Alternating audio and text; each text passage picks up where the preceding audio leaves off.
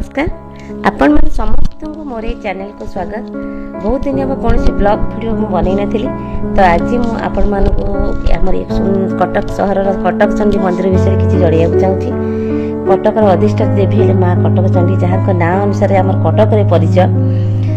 कटक शेख बजार रही माँ ये अद्भुत अद्भुत मनोलोभा मंदिर। तेज आपण मैंने केबे ना केबे तो मंदिर को जाइए तेरे मंदिर केबे तैयारी होइतिला ये तैयारी करते से विषय भी तो जान नथिबे आ मोर जो अभिज्ञता अछि लोक कथा मु जेते जानि सेटा मु आपन मानक सम्मुख रे उपस्थापन करिया चाहछि।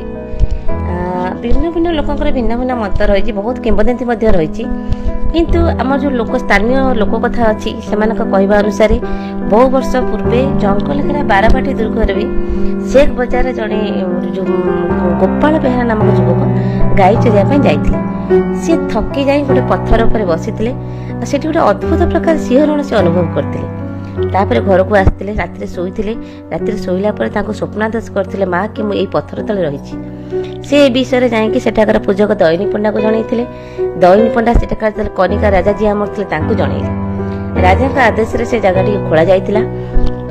आपण माने विश्वास करिबेनी शह शह पोदर सिंदूर तळु मां कर मूर्ति आविर्भाव होइतिला।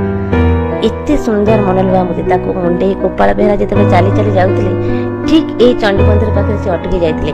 एउठ से आगु जाई पार नथिले ए चंडी चौक पाखे एरी माँ को मूर्ति को स्थापना करते कनिका राजा ये मंदिर तैयारी करते से दयनी पंडा वंशज आज जाए भी पूजा अर्चना कर रीतिनीति अनुसार। आपण मैंने केबे भी थरे आसतु चंडी मंदिर को पावन टाइम रे दृश्य तो अति मनोलोभा थरे केबे आसतु ना आमरे कटक चंडी।